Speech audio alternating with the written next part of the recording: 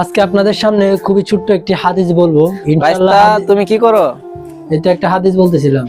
ও, তাহলে আমি তোমার কাছে আমার একটা বিষয়ে খুবই জানার ইচ্ছা। কি?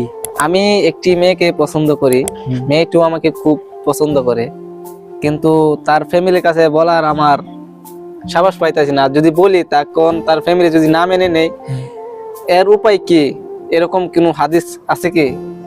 এটা হচ্ছে তোমার ইসলামে, প্রথমত ইসলামে মনে করো যে রিলেশন, যে সম্পর্ক, অবৈধ সম্পর্ক ইসলামে সম্পূর্ণ হারাম।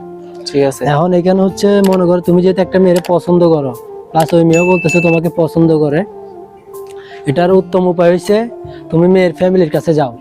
মেয়ের ফ্যামিলির কাছে গিয়ে বলবা, বা তুমি না যাইতে পারলে তোমার গার্জিয়ানকে পাঠাও যে তুমি মেয়ের পছন্দ করো, সেও পছন্দ করে।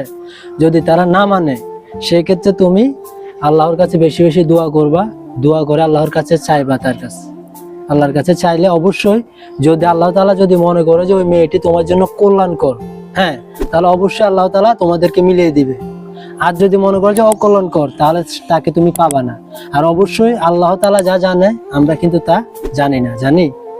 তাই তুমি এখন ধৈর্য ধরো, আল্লাহর কাছে বেশি বেশি দোয়া করো যে আল্লাহ তাআলা যেন তাকে তোমার জন্য হালাল উপায়ে তোমার কাছে নিয়ে আসে। ঠিক আছে? তুমি ধৈর্য ধরো এবং দোয়া করো।